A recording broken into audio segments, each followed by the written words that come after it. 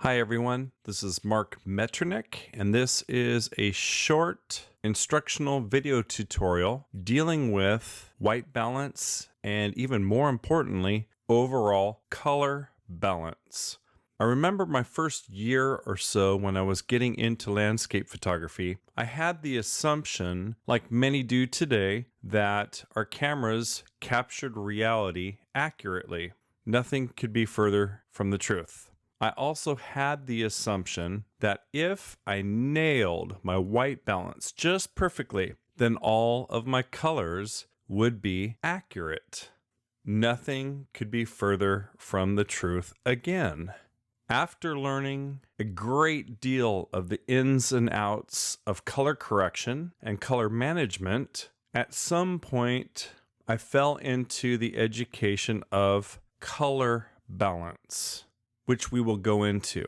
But I still find it a little bit odd that we as photographers generally are completely aware of white balance, but not color balance. And I'll explain what I mean in a moment. Now, before we even get into all of this, if you are on a monitor that is not color corrected, it is not calibrated, then the colors that we are going to be splitting hairs over here to correct, you will not even be able to see accurately. As of the making of this video tutorial, I use the X-Rite i1 Display Pro, and for display, also known as web viewing, social media, your website, etc., not print, I calibrate to 6500 white point, 2.2 gamma, and very importantly, 125 CD or brightness or luminance. That's how bright or dark my monitor is. This is in a very diffused, mellow lit room, not real bright and not real dark. If something happens and I have to process in a little bit brighter environment, that number may go up. If it's evening and the overall brightness of my room goes down, then that might go down a little bit. But that is today the industry standard, 120 to 130 candelas CD brightness luminance. Those are all the same word for how bright or dark your monitor is. For print, it's a whole other world. You need to calibrate much more dark so that you can be in accurate parameters of what can actually come out of a printing machine, because prints do not look like monitors. But that's another story. So let's get into this. If you're calibrated, there's a good chance you're going to be able to see everything I'm talking about here. If you're not calibrated, I might be saying, see that red there, or see that blue there, or that yellow there, and you may not see it. I might say, look at that yellow cast, and you'll see a blue cast. Or I'll say, look at that red cast, and you'll see a cyan cast. Because monitors do not come out of the box color corrected. So, assuming color correction, and I don't want to split hairs too much, but I'm on a Mac. Macs run cooler than PCs do, even if they're calibrated side by side. So even still, there could be very slight discrepancies. Now, when it comes to white balance, your image comes up and it's looking a little warm. That's extremely warm. Or it's looking a little cool. It's looking a little magenta. It's looking a little bit green. You could take your white balance tool. You could try to click on what you think might be neutral, some whites, or you could click on something maybe you think is gray. And if you click around, especially if you're not used to correcting white balance, it's nice to click around just to see some different options. And if you're a more advanced photographer, you might immediately know what you're going after. A large percentage of people aren't even sure what correct is or which way they want to creatively bias. So going back into my teaching years, back when I lived in Las Vegas, when I taught hundreds of students, many of them absolute bare beginners, what I taught them to do, and everybody seemed to be able to do it, was bias your image toward warm, bias it back toward cool. So I'm doing my blue-yellow axis. That's your cool to warm, and then you have your green to magenta tint. You can also just check as shot. That was your camera's guess at white balance, or whatever you set up in your camera. It's going to mimic that. You can choose auto, which would be camera raw, which is in Lightroom, but camera raw's guess at your white balance. And in this case, I already know it does a better job than my camera did back in the day. This is a very old photo. In most cases today, our cameras do a better job than our editing software at guessing the white balance. So that has changed since I took this photo with a Canon 1DS Mark II and the Canon 24-105. But you can check those if you want to check daylight, very warm, if you want to check cloudy. If you want to click through these just to see different options, you can do that. Or like I said, use the white balance tool, try to click around on a neutral. It works best if you can find a perfect middle gray. The problem with landscape is there almost never is such a thing. We might have warm light from the sun going down. Then we have the blue of the sky casting blue light into the areas that the sun's not hitting. Then we have all this color of foliage, etc., casting light all over the place. So an actual true pixel in this photo that is perfect 128, 128, 128 middle gray does not exist, and many times does not exist in landscape. So that's what you're trying to find, is a middle gray to click on, or something that does not have any color cast in it. So if I was back here, maybe try right here. I could try a highlight as long as it's not blown out. But see, highlights are going to be a little bit warmer because the sun's hitting them. I could go into a shadow right here. But the problem with that is that the shadows are going to be a little bit cooler. So back to white balance. What I would teach my students is I'd highlight the number by clicking on it and then hold shift down and arrow up so that it goes in big jumps. Go to the point where you know that it looks warm. Go back the other way, and you're going to hear my keyboard as I'm tapping on it. Does that seem cool to you? Yes. Go back to where it feels warm. Then go back to where it feels cool. By holding shift, you're going to go in big jumps. And what you try to do is you try to find that jump that looks neither blue nor magenta. Neither cool nor warm. Now, if your tint is really messed up, it may play into this. So you may have to go back and forth with these. So right now I'm going to go ahead and move it toward magenta. Do I see magenta? Obviously. Go back. Do I see green? Yes. Where do I see neither green nor magenta? Now I'm going to let go of shift and I'm going to up the arrow. 1, 2, 3, 4, 5. And that's where it looks pretty neutral to me. It doesn't have to be perfect yet. We're easing in. Now, does that seem warmer? Yes. Does this seem cooler? Yes. Where does it seem neither warm nor cool? That's somewhere in the ballpark. Now I'm going to go back to my tint again. There's a little bit of magenta. That's definitely a little bit green.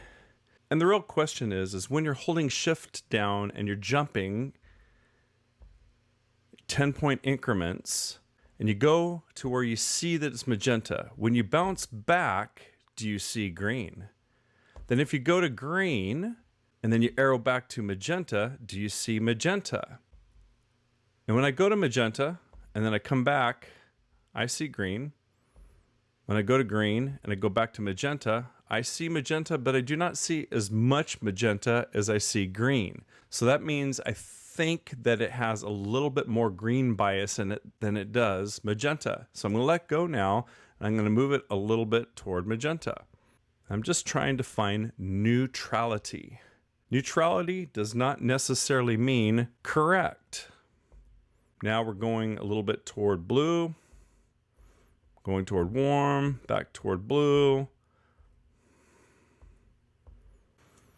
And once you find perfect neutrality, it's neither cool nor warm, neither blue nor yellow.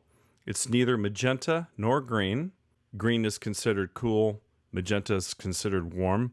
Then you have to make some artistic decisions. Was this image a little warmer or was this image a little cooler when you shot it? Or creatively, do you want it a little warmer or do you want it a little cooler? But that's basically how white balance works. In this case, I like a hair toward cool, but I want it pretty darn neutral. And on the magenta end, people generally prefer a magenta cast over a green cast. So if I'm going to mess up, or if I'm going to bias or lean a certain way, I would rather move a hair toward magenta than I would green, generally speaking. And basically, you just keep splitting hairs until you're confident that it is exactly where it needs to be. And in this case, I don't even remember where it was. All I know is I'm getting very close to where I want it. Now, that's white balance. And for all intents purposes, this is pretty balanced at this point. I don't see any obvious cast. A cast is basically, just think of a transparency of green all over this image, or yellow all over this image, or magenta, or blue. If I wasn't recording a video tutorial and did not have a microphone in front of my face, I would be able to get it dead on perfect on a calibrated monitor. And I think I'm real close, but I think it could still probably be tweaked just a hair, little here, little there, for perfection. Now here's the thing that I was saying. I used to think that once my color casts were removed and my white balance was correct, then my image was color correct. That is incorrect. This is white balance. And one thing I still don't understand to this day is why is it that we have a blue-yellow slider, we have a green-magenta slider, but we don't have a red-cyan slider? Blue and yellow are opposites. In the digital world, if you want something to become less blue or cool, then you add yellow. If you want something less warm or less yellow, then you add blue.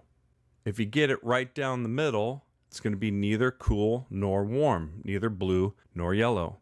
Same thing with your tint. Green is our primary. Red, green, blue. Blue, green, red. Those are our primaries. Their opposites are blue, the opposite is yellow. Green, the opposite is magenta. And red, the opposite is cyan. So what I wonder is, we photographers in our main panel here, the basic panel in Camera Raw, we have white balance, but why don't we have a red cyan slider? I know someone out there is going to clue me in. Please spare me the emails. There will be too many of them, but it just seems to me it'd be nice to have a red cyan slider here, because red to cyan is just as important as blue to yellow and green to magenta. So this is white balance. This is overall. This is not tonal specific, like highlights or shadows or middle tones. So once we get this straightened out, I used to assume that my image was now color correct, but this is not true. And next I'm going to show you color balance. But let me give you a few last words on white balance. Again, some people just want warmer images. And what they usually mean is more yellowish or more orangish. Some people might want to have a more cool image. You might want to creatively render an image to where it feels really cool for whatever reason. So perfect neutrality is not always the aim. But if you don't know where to take the image, or if you're after literalism or realism and you're just learning this, then my suggestion would be find the most perfect neutrality you can between blue and yellow and between green and magenta.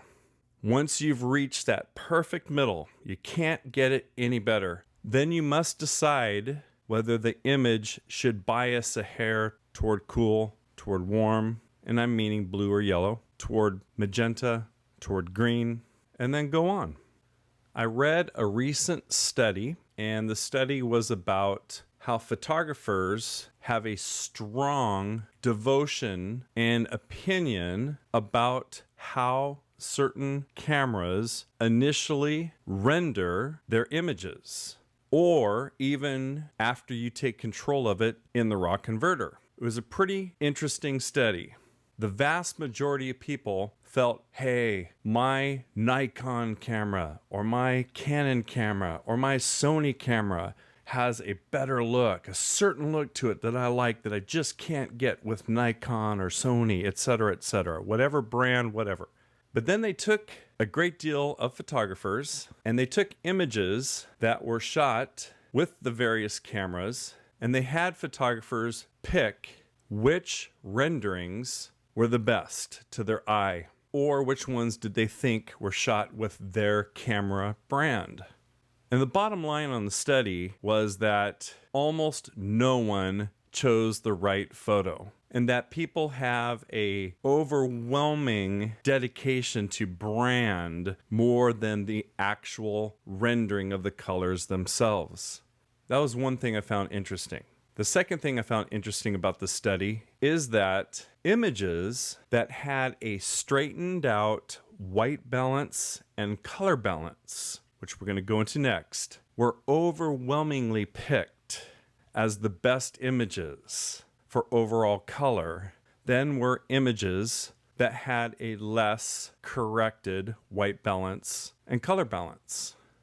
I just find that interesting. That does not mean in any way, shape, or form that we should find neutrality in white balance and color balance, and that's what we should go with. But it's a good idea to know how to straighten out your white balance and your color balance, which is just as important if you want color accuracy, or you want a starting point to where your image is as correct as possible. It has the least amount of color casts or imperfections to it. And lastly, I'll say that once you've straightened out all of your white balance globally, all of your color balance globally, you can still find local color balance issues. So next, color balance. And for some people, this is going to open your mind to a new world of correcting. I will tell you that in my own personal workflow, on a color correct monitor, on the correct color background that I'm targeting, if it's a website that has a gray background, or if it's a print, or if it's for a white background social media site, one of the last things I usually do is go through and do a double check on my overall color balance of the image and see if I can make an improvement. My favorite way to do this is to do this as a layer in Photoshop. So I duplicate the layer. I could do it in curves. I could do it in levels. I can do it with a tool called Color Balance. And not only that, but in Photoshop, you can put the layer you're working on in color blend mode. And when you do that, if you warm up or cool down the photo, or you change the colors, it will not get brighter or darker. A lot of people do not know that if you add a whole bunch of contrast to an image, colors intensify, colors even hue shift. And when you do the opposite, when you mess with colors, you intensify colors, or you hue shift colors, tones, how bright or how dark the image gets in the shadows, middle tones, highlights, also changes. The way you split that is by duplicating a layer in Photoshop and go to luminosity mode if you only want tones, contrast to change, but not colors, okay? If you want the opposite, you only want colors to change, but you don't want your darks to get brighter or your brights to get darker or whatever. You don't want tones to change, then you go into color mode. It's a way to have more power, control, and subtlety. So let's go in and let's deal with the color balance in this image in Lightroom. And then I'll show you the same thing in Photoshop. So I'm going to go ahead and close out the basic panel, and I'm going to go to the tone curve panel where you have your parametric, which I love. Anyone who knows me knows something about the lights slider, or you have the actual RGB curve. Curves are a little bit less popular today because we have so dang many sliders. Sliders for blacks, sliders for shadows, sliders for whites, sliders for highlights, and on and on and on. Sliders for middle tones. So people aren't using curves quite as much as they used to. For those who don't know a whole lot about curves, this is the RGB curve. This is the composite. This is where you can brighten up or darken your darks or your lights. You can adjust tones, whatever. But if you want to go into the individual channels, your red channel, green channel, and blue channel, you can, and their opposites are also there. So let's go to the red channel. This is your red to cyan. Now how this works is here's your histogram. Most photographers know their histogram. This is your blacks, says black. Shadows. This is your overall middle tones. That's why they call it exposure. It's just your overall look of your image. This is your highlights, and this is your upper highlights or whites, the really bright stuff. Well, here's your histogram. Here's your histogram as well. Here's your shadow end. Up here on the curve, this is your highlight end. And in the middle is your middle tone overall slider. If I grab this node right here and I move it in, the shadows are moving towards cyan. If I move it upward, the shadows are moving toward red. And you can see that as I go toward red or go toward cyan, just look at that for a second. Watch the shadows. When I pull it back to where it was, do you see a little bit of red? I do, a little bit. That is your red to cyan balance in the shadows. Come up here, here's your highlights. My highlights have a red cast to them. They're biasing toward red. The whole image is, but it's predominantly in the highlights. Pull it back.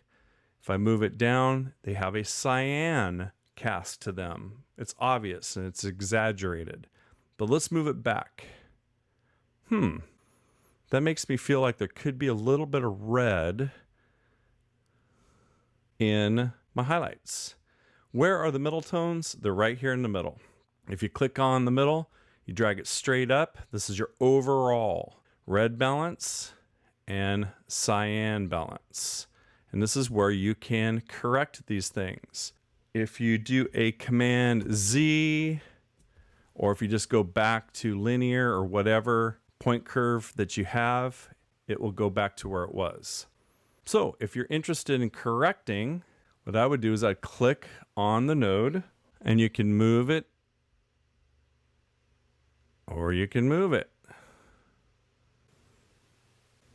In the highlights, you can move it or you can move it. And in the middle tones, you can move it, you can move it. Now, as of the making of this tutorial, there is a benefit to doing this in Camera Raw or in Photoshop in the fact that you cannot just click on the node, hold Shift down and arrow up or arrow down, which gives you fine-tuning ability in curves. But you can grab it and you can move it by very small percentages, 0.4, 0.8, etc., to correct the balances. So you could get away with doing this with the mouse, and that's according to the Adobe website that I just checked. But anyway, you can go to green. Do my shadows have a magenta bias? Do my shadows have a green bias? Same with highlights. Do my highlights have a green bias? Do my highlights have a magenta bias? And your middle tones. Also your blue. Here's your blue. This is cooling shadows in nature because shadows are generally not being hit by the sun, which is warmer. And sometimes we have like a blue sky. Generally speaking, shadows are a little cooler. If you want to bias a little extra cool, that accentuates that warm to cool contrast. Sometimes maybe you want to warm up your shadows. And then here's your highlights. Generally, in nature, highlights are warmer. That doesn't necessarily mean they have to be. Sometimes I actually like to cool my highlights. It all depends on what it's doing to the image, what you're after, whether it is accuracy or your creative rendering approach. And then here is the overall. The whole overall image is a little cooler. The whole overall image is a little warmer. So that's how it works in Lightroom. Let me show you quickly the same thing in Camera Raw and then Photoshop. Okay, now I'm in Camera Raw. This is not the exact same image. I actually clicked on a different copy of this image. But nevertheless, let me show you one of the benefits to working in Camera Raw, which is the exact same RAW converter that is in Lightroom. But this is a standalone application and this is not Photoshop. Go to the tone curve. It's the same thing you have as in Lightroom. Exact same algorithms. Now we go to the point curve, and this is where we have our red, green, and blue channels. Now this one, you can click on the node. I just did that. You can hold shift down and you can arrow to the right to where it jumps to the right. That is a cyan shadow. Head back over, go up. That is a red shadow. Go back down. Now I see a red bias in my shadow, so I would move it a little bit towards cyan maybe. Now I'm doing it in 10-point jumps by holding shift. If I let go of shift and I arrow to the right on my keyboard, then it'll go 1 point at a time and you can fine tune it very, very carefully. Now we'll go up to the top and I usually grab this and I shove it into the corner to make sure that I haven't moved it. Hold shift down.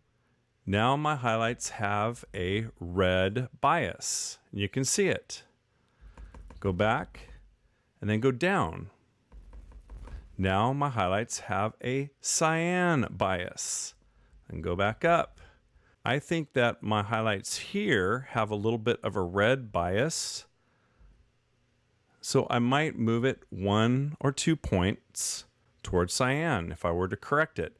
Middle tones, that's your overall. If you click on it and you go upward, your overall image is going to get more red, just like white balance, blue to yellow, green to magenta. Now it's red to cyan. Go down, your image is going to move towards cyan. And in this case, I think a couple of points downward towards cyan is removing some red cast. Isn't that interesting that we don't have that on our basic panel? Green. Here's your shadow. Move it up. Shadows are greener. Go down. Shadows are more magenta. Go back. And then decide which way you need to go. Come up to your highlights. Highlights are greener. Go back.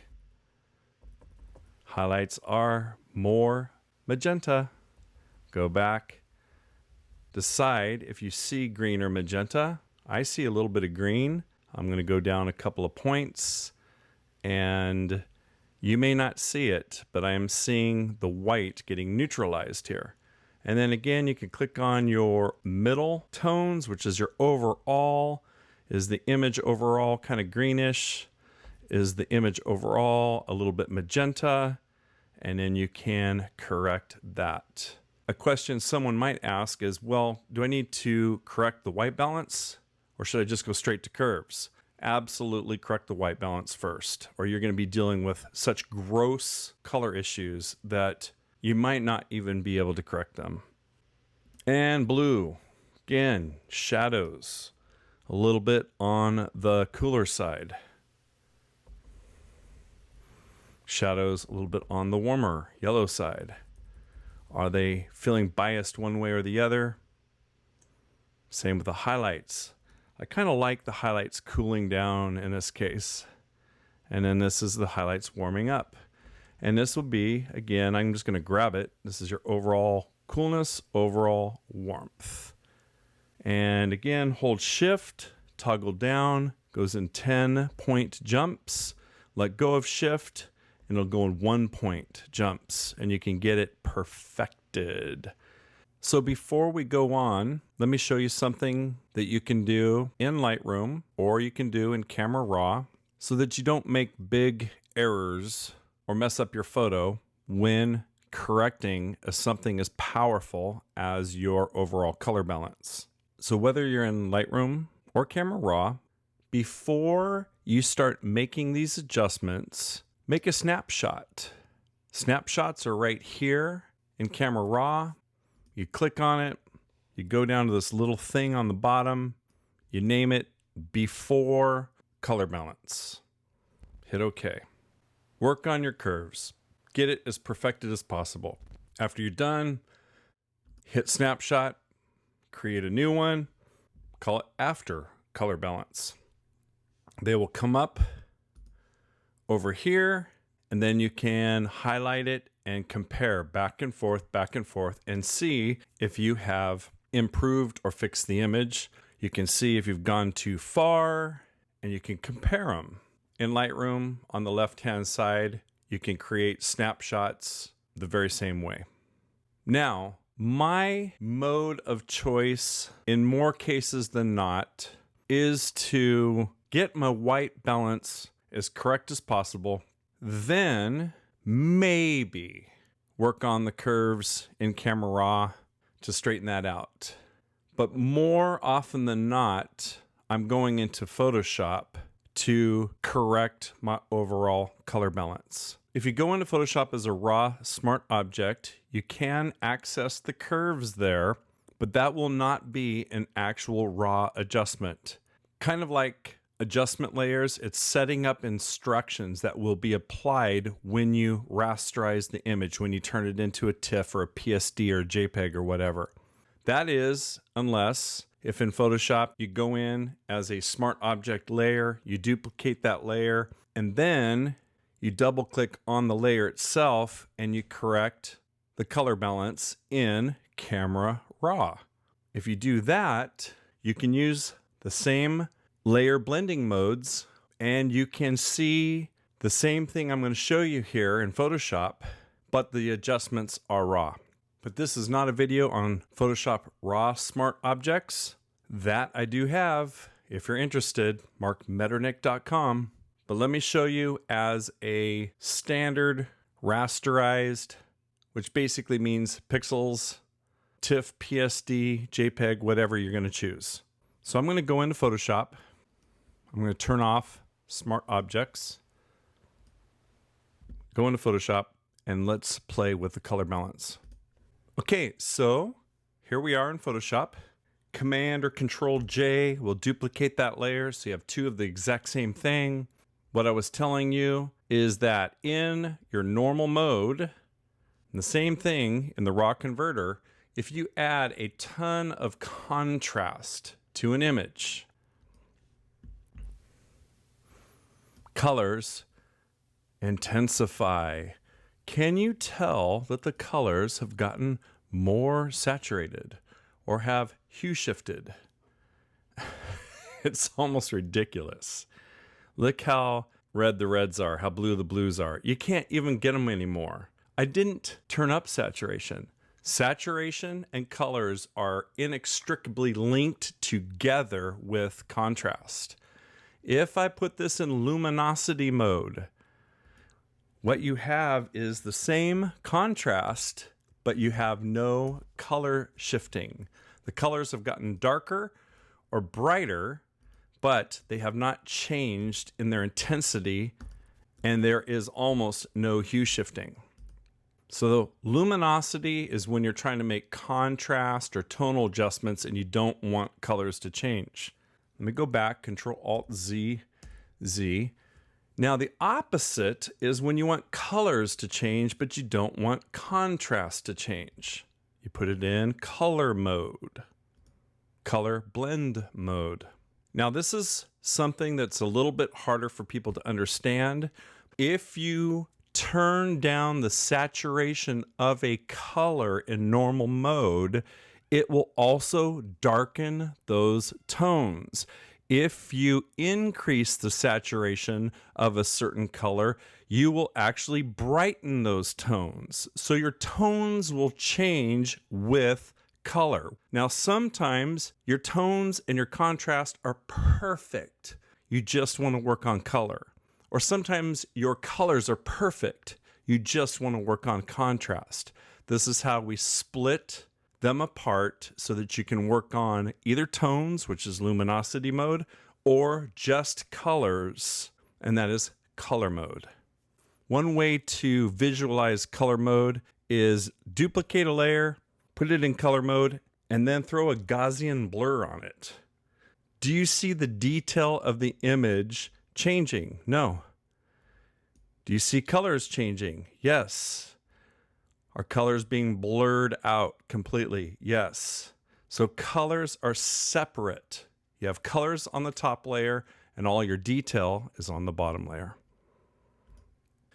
Or in color mode, let's just move the top layer.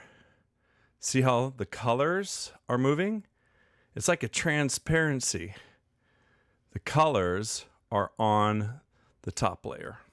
So if I'm wanting to work on my overall color balance, in most cases I will duplicate the layer, I'll put it in color mode, and then I will work again in curves, but this time in Photoshop. Image, adjustments, curves. I'll move it out of the way so we can watch the image. Here's your RGB. There's your red to cyan, green to magenta, blue to yellow channel. There's my red channel. Here's my shadows. I'm going to click on the node and I drag it into the corner. I don't click it only because I don't want to accidentally move it. But you'll know if you moved it because these numbers will change. So you can just click on it if you want. I have a tendency to click and drag out, but I'm clicked on it now. I hold Shift down and I arrow up. You can obviously see that the shadows are becoming more red. If I move it to the right, holding Shift down, they're jumping 10 points at a time, 10-point increments, and the shadows are moving toward magenta. So we go back, and let's just say I see a little bit of a red cast, so I'm going to go 1, 2, 3, 4, 5, and straighten that out. I'm going to go up to my highlights. My highlights are reddish. Come back. My highlights are cyan-ish. Go back. My highlights are a little bit reddish, so I'm going to pull back a little bit. That's 10 points. I'm just doing it really quick just to teach. When I work on my own images, I work so much more carefully. So now I'm going to go ahead and click into the middle, hold Shift down, and this is your overall. Do you want your overall image a little more red? Do you want a little bit more cyan? I'm going to move it 1 point down toward cyan. Let's go to your green channel. Green shadows. Now you don't have to go shadows, then highlights, then middle tones. It's just my habit to do this. I don't know why. It's instinctive. Works for me. Arrow up until you see that it's obvious that your shadows or your darker end of the spectrum is green. Arrow back. Arrow the other way to where you see that the darker end of your spectrum is magenta. Then go back and see if you feel that it's biasing one way or the other, or if you feel that it needs to be straightened out. It's pretty darn neutral. Highlights. I'm greening my highlights. Highlights are not generally green in nature. I'm moving my highlights toward magenta, bringing it back. I'll move it 1 or 2 notches toward magenta. I don't want green highlights. And then here's your overall. Again, you could kind of think of this as your color balance. Now, this is something I've never been able to do accurately, but click into the middle without moving that line at all. It has a tendency to move unless you're very, very careful. So be careful when you click on that. I'm holding shift and I'm arrowing up and down. The overall image is more green. The overall image is more magenta. And I think I'll head a hair bit toward magenta. Now, let's go into my cool to warm or blue to yellow. Again, other colors can be considered cool or warm, but blue is obvious. Blue is very cool and yellow is very warm. So I sometimes say that. Green is cool, magenta is warm, and so on and so forth. I am cooling my shadows. I am warming my shadows. So let's move a hair bit toward a cooler shadow maybe. And I'm going to exaggerate it a little bit just so that you see why I do this on a layer. Go into the highlights, bluer highlights, more yellow highlights. And then your overall warmth or coolness to the overall image. Now, once you've done this with as much care as you can possibly take, the wonder of Photoshop is you can do it on a layer. You can even put it in color mode so that tones don't get brighter or darker while you're doing it. And you can do a before and after. This is before, this is after. Before, after, before, after. Often we overdo.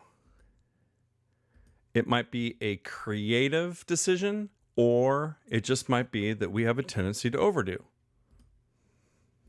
And by doing it in a layer, we now can take the opacity back and say, hey, you know what? I think it improved the photo, but it went way too far. Let's go ahead and just take like 50% of it, or 30% of it, or 20% of it, or just find that place where it looks its best. You also can highlight the opacity, hold shift, go 10, 20, 30, 40 points toward your color balance adjustment. Decide wherever it looks correct, and then you can flatten and move on. Again, if you are on a non-calibrated monitor, I would say this is meaningless, because if your colors are not correct to begin with, if you get them perfectly correct, and then you put them on a color correct monitor, they're not going to be right. And monitors are all over the map. Some are too warm, some are too cool, some are too magenta, some are whatever. So the best thing that we can do is just get our colors right. When we throw it out to the web world, then just let the chips fly where they may. When it comes to printmaking, this stuff is intensely important. So there you go. I hope that helps you out. Straightening out white balance, straightening out color balance, using curves in Lightroom or Camera Raw. But let me show you one last thing. I will dump this into the trash can. I will Command J, duplicate that layer again. This was the first place that I started doing color balance corrections, and I still use it quite often. Image, adjustments, color balance. And here we have shadows, highlights, and middle tones. Here we have our red to cyan, our green to magenta, our blue to yellow for all three. So you can highlight the number.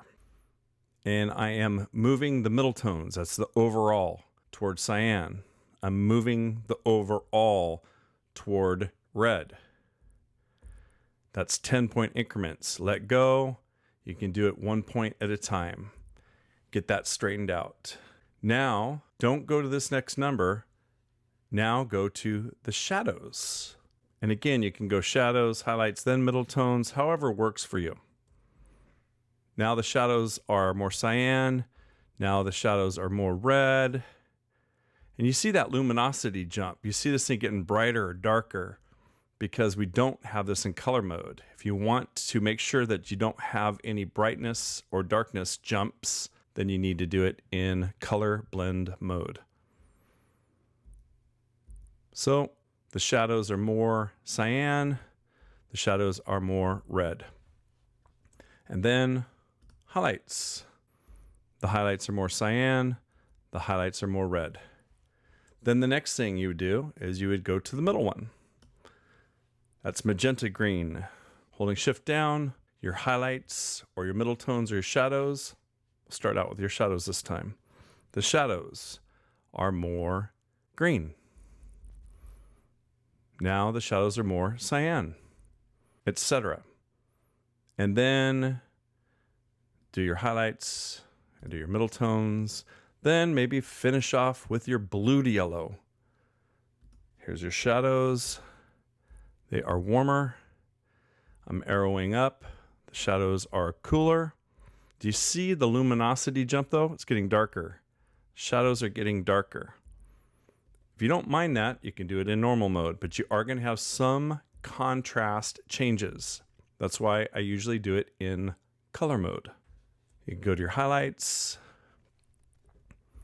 Highlights are warmer. Highlights are cooler. And middle tones, again, is overall. You hit OK, and then you can play with the opacity when you're done. And even after the fact, you can go into color mode if you want, and then you will not have that contrast change, brighter, darker, whatever has happened when you were in the normal RGB mode. So that's it. The summary is correct your monitor. Number one. Number two, decide what kind of a background you're going to work on. White, gray, black. It depends on your output. Are you targeting a certain website? Are you targeting web or display? Are you targeting a certain social media? Are you trying to make an exquisite fine art print, which is a whole other science? Once you have a color correct monitor and you're working on the background or canvas color of choice, in this case we have a middle gray background, just for teaching. Straighten out that white balance in RAW. If you don't know what correct is, maybe click around with the white balance tool, see some differences. That's how I started in the earlier years. If you still don't know, find the absolute center of neutrality between your blue and yellow and your green to magenta. And after you've reached neutrality for your image, decide, hey, do I want to have a slight bias toward blue or yellow, or toward magenta or green?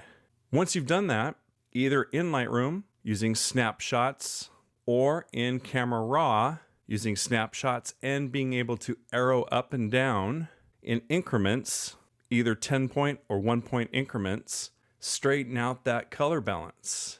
Click on the different snapshots to see if you've actually improved the image.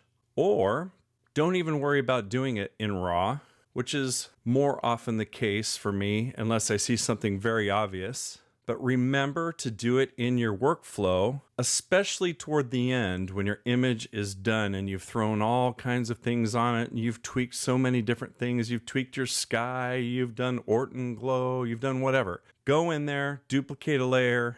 If you don't want contrast to change, put it in color mode and work with your shadows, your highlights, your middle tones, your blue to yellow axis, your green to magenta axis, your red to cyan axis. Get them correct.